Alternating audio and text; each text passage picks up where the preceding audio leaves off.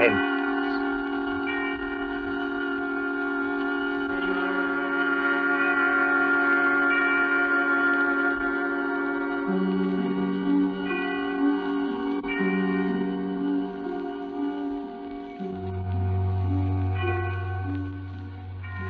This is your narrator, the Man in Black, again about to introduce tonight's Columbia program, Suspense.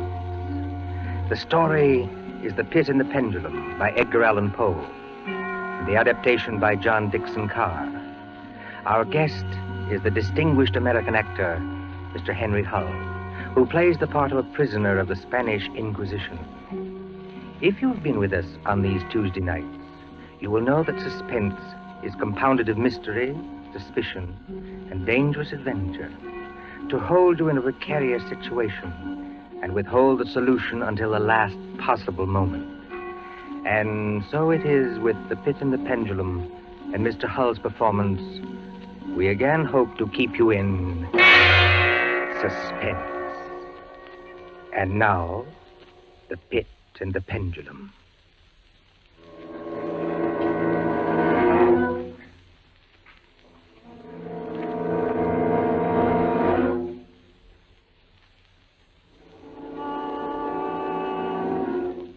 I was sick unto death with that long agony. And when at length they unbound me and I was permitted to sit, I felt that my senses were leaving me. The sound of the inquisitorial voices seemed merged in one dreamy, indeterminate hum. Yet, for a while, I saw, but without terrible an exaggeration, I saw the soft and nearly imperceptible waving of the sable draperies on the walls of the room. I saw the flames of the 7 tall candles which burned on the table. I saw the lips of the black hooded judges, and these lips appeared to me white as paper, white as horror. I saw them writhe with a deadly locution. I saw them fashion the syllables of my name. Jean d'Albret, Captain Jean d'Albret. Good fathers, gentlemen. We hear you, my son. I am very weak and infirm. I've been confined for many months in a dungeon. I've been tormented by nightmares. Conscience, one trusts. Pray silence, Fra Antonio. Even now, I have no knowledge of where I am or to whom I may be speaking. You are speaking to me, my son. I am Fra Pedro de Espela, prior of the Dominicans of Segovia and Grand Inquisitor of all Spain. Is this the court of the Inquisition? It is. Oh, then God help me. He will help you, my son, if you trust him. But I am a French officer. That is true. A soldier and creature of the arch-fiend Napoleon Bonaparte. But a French officer nonetheless. A prisoner of war. By what right do you try me in this court? Let the clerk read the charges against this prisoner. Pray silence while the clerk reads the charges. The charges against the prisoner are as follows.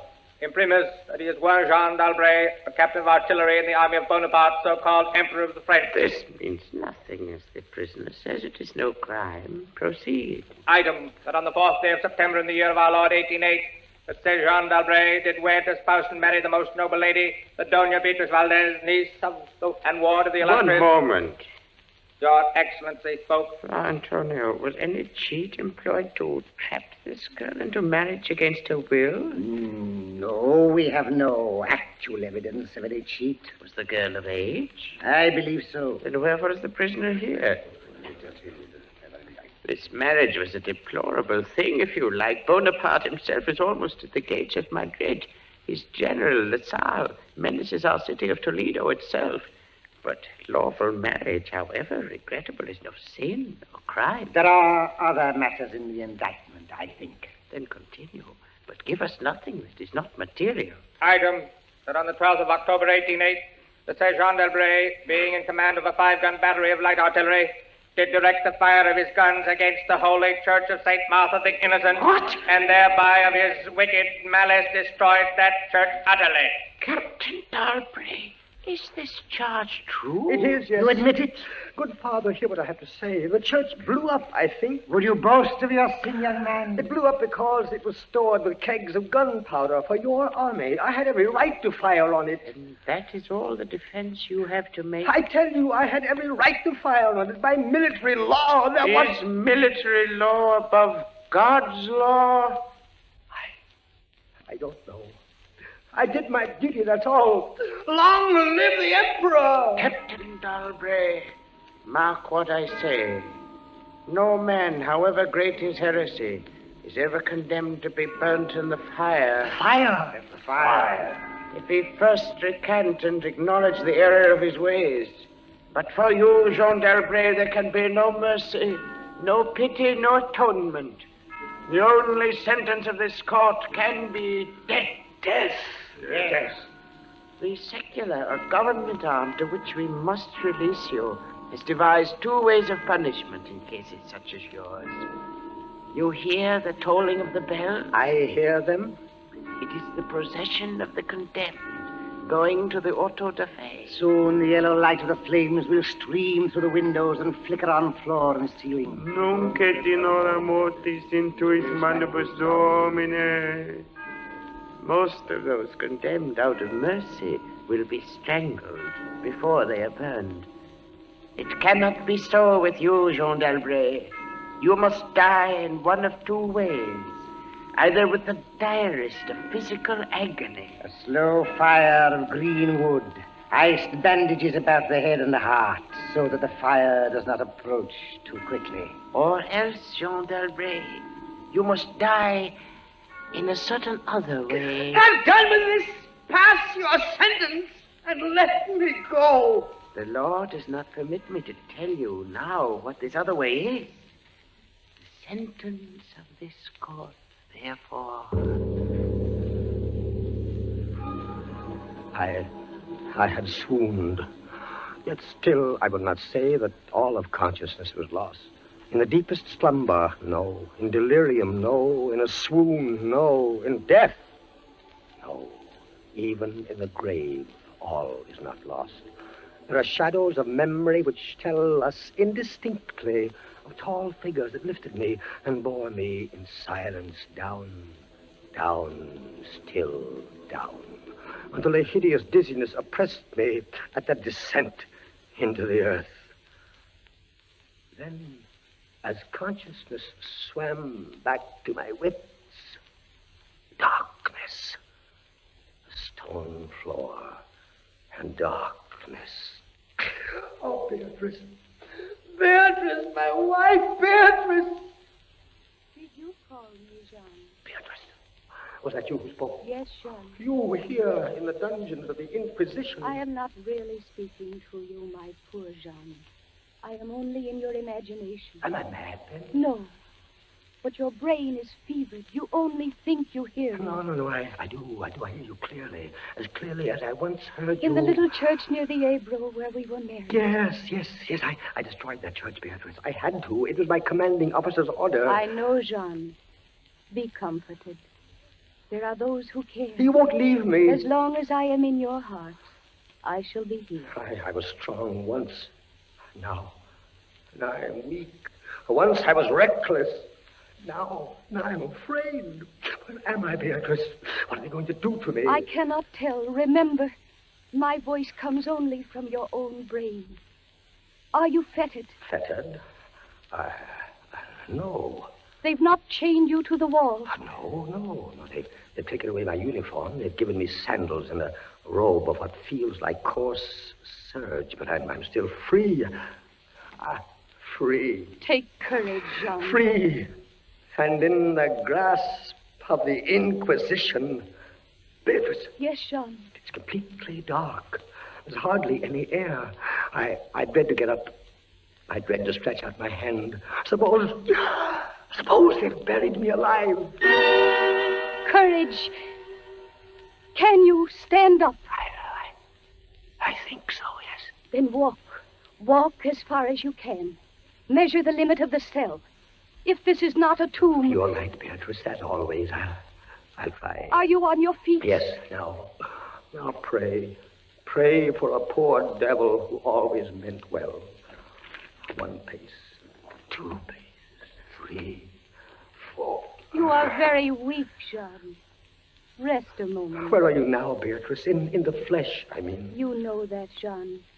In the old house by the olive grove, scorned of my people. Yes, I know it. Each morning I climb to the hilltop and watch. Go on. Sometimes I think I hear gun wheels Yes. rumble in the hills. Yes. And long moving columns Yes. with the red dust rising about Go them. on. First come the heavy cavalry in plume-crested helmets. Yes. On their flanks, wheeling like hawks, light hussars in blue and scarlet. And behind them, in a glitter of bayonets as vast as light points on the sea, rank upon rank, the long gray coats and the tall bearskin caps. The old guard and the grand army. It is only a vision, my dear one. They do not come. Ah, will they? Will they ever come, Beatrice? I cannot tell. Then I must face what has been prepared for me. Walk again, Jean. Try. Keep your hand in front of you. This rope, it impedes me, and the floor is treacherous with slime. But I'll try. 4 paces. 5, 6, 7. It can't be a tomb. 8, 9. Look out! I'm all right. I fell to my knees. The rope tripped me. My hand is in front of me. It's lower than my face, but I feel nothing. Nothing, Jean. It's a pit. A circular pit. And I fell on the very edge of it. Oh, they would have made you walk into it. Yes. Oh, there's a loose fragment of rock just inside the edge. Now, if I can dislodge it, listen.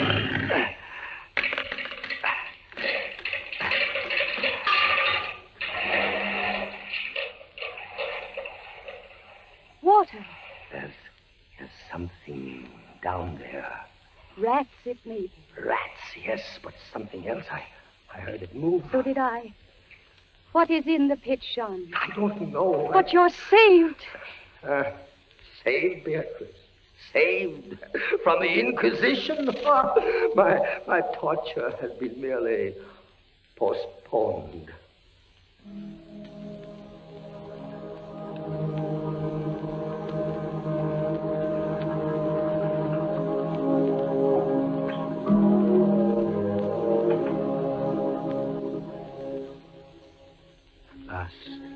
A deep sleep fell upon me.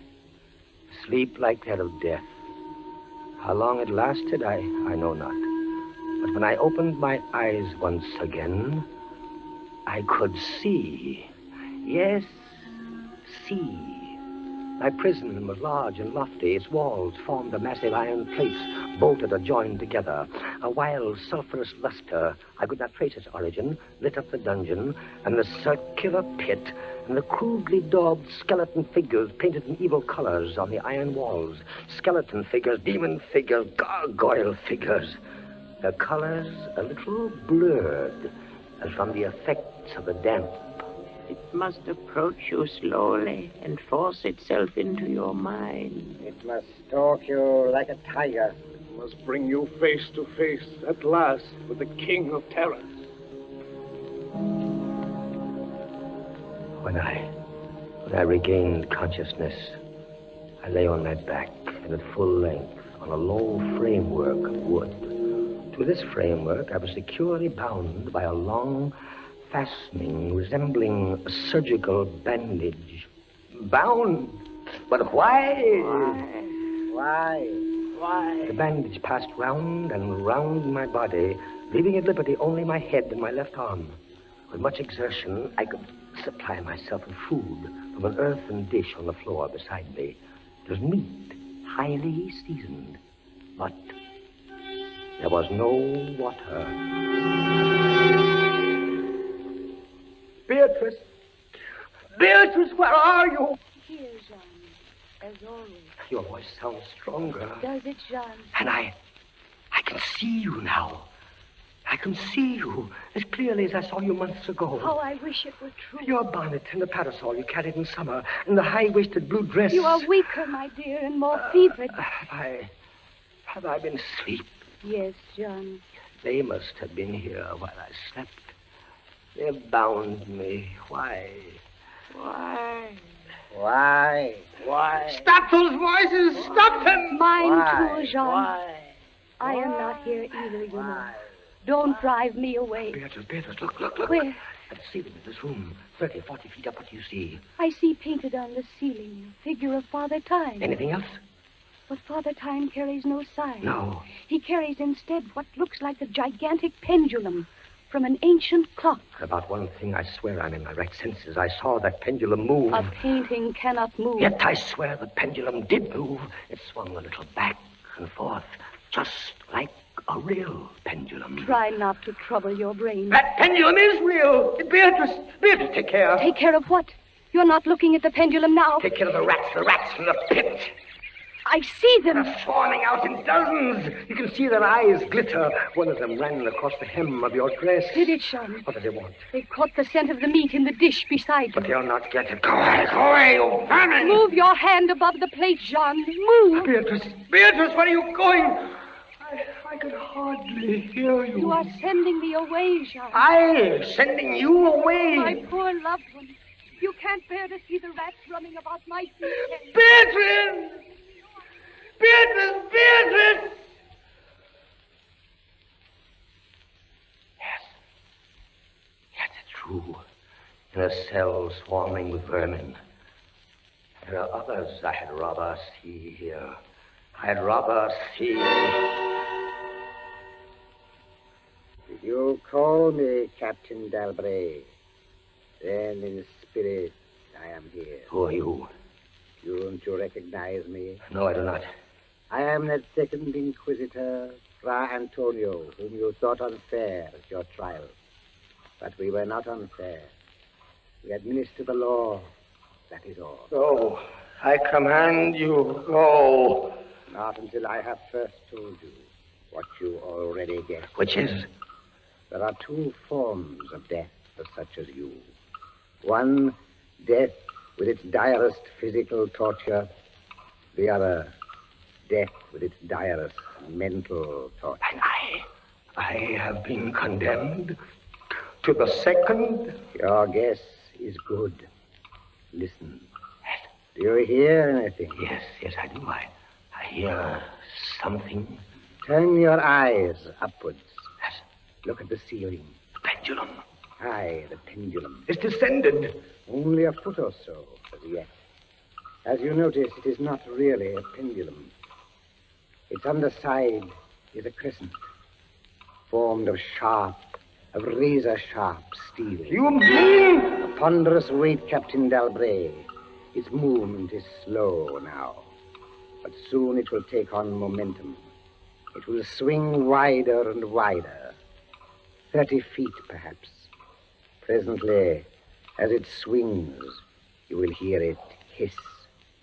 And with each broad movement, it will creep a trifle lower. The steel is directly above me. Yes, above the region of your heart. Lie still and look up at it. How long before? You need have no immediate fear. It will not be too soon. But how soon? Who can tell? In the name of pity, give me some answer. Hours, perhaps days. It's beginning to swing wider. I can't take my eyes from it. Its glitter fascinates you, eh? See how it shines in that wild light. And this is your utmost refinement in cruelty. The law, Captain Dalbray, is never cruel. And now, still in spirit, I leave you to your meditations. It will not be too soon. Minutes, hours, days.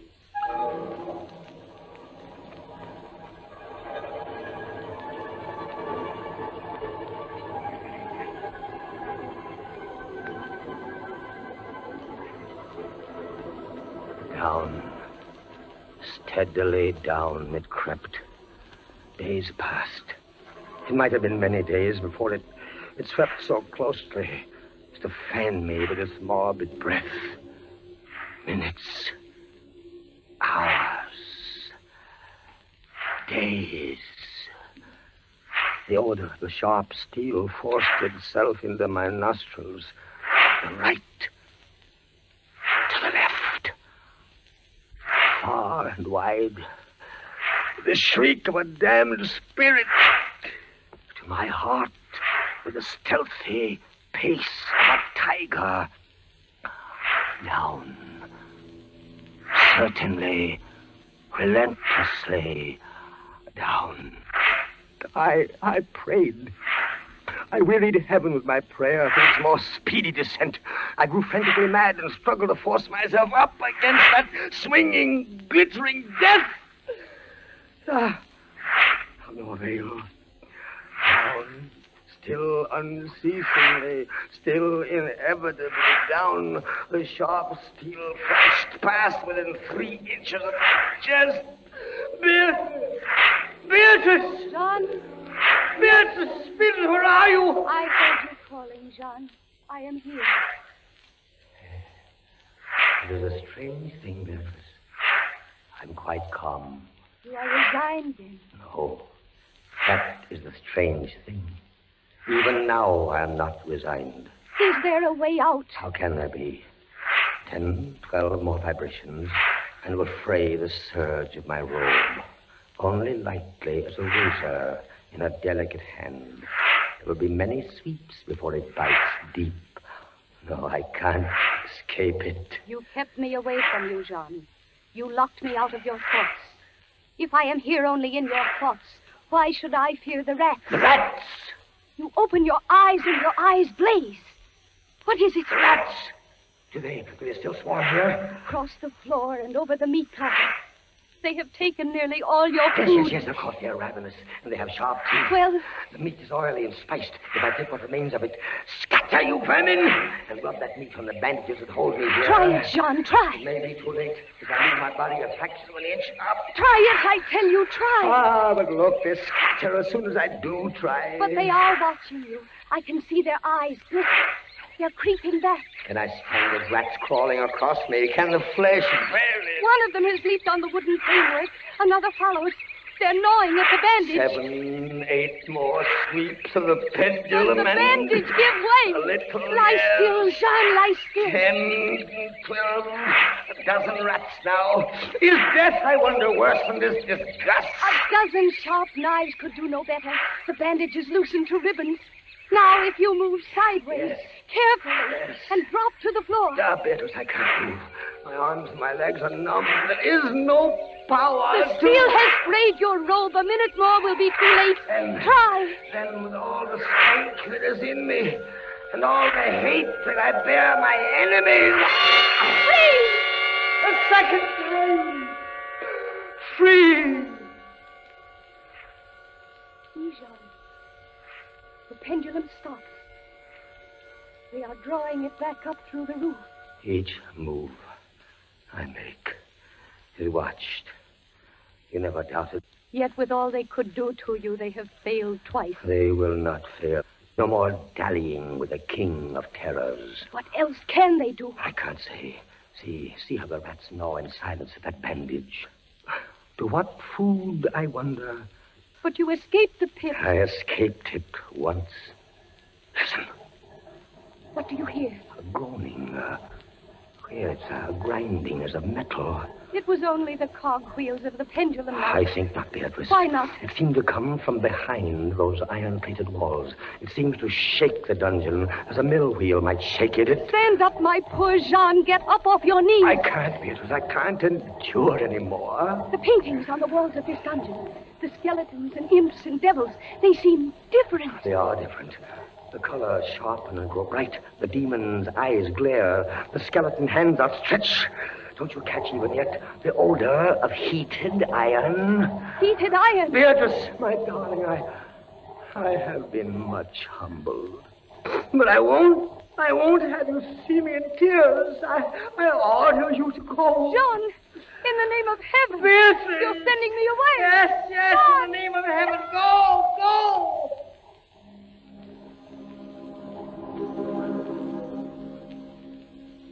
A suffocating heat pervaded the prison. A deeper glow settled in the painted eyes that glared at me. I could draw no breath of air into my lungs. Against the loom of that fiery destruction, the thought of the pit and its coolness come like a soothing balm. I staggered to the edge of the pit. I looked into it. The enkindled walls and roof lighted it to its depths. Yet for one wild moment, even then, I refused to believe the horror of what I saw beneath me. Does the pit please you, Captain Dalbray? Not the pit! Merciful God, anything but that! And how shall you avoid it? Look. This dungeon has changed its shape. That is true. The walls are closing in. It was formerly a square, and now it is Flattening slowly toward the center to force me into the pit. Of course. It'll force you along with me. Again, apparently you must be told, Captain Dalbray, that you are speaking only to your own sick fancy. I am not here at all. Farewell. And now closer and closer through the red burning walls, forcing me into the pit with a swiftness that left me no time for thought. I shrank back, but the closing walls pressed me relentlessly onward. At length, for my seared and writhing body, there was no longer an inch of foothold. I screamed once. I tottered on the edge of the pit.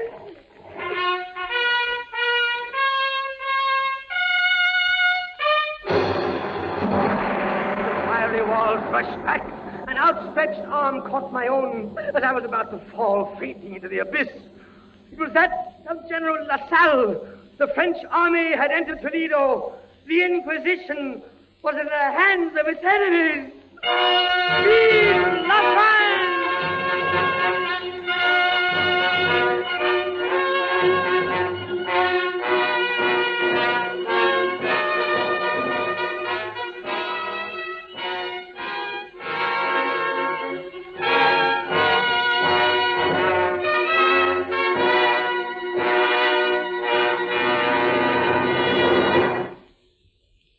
And so closes Poe's celebrated story, The Pit and the Pendulum, starring Henry Hull. We invite you to another adventure of suspense next Tuesday at the same hour. Until then, this is the Man in Black saying good night. William Spear, the producer, John Dietz, the director, Bernard Herrmann, the composer-conductor, and John Dixon Carr, the author, are collaborators on Suspense.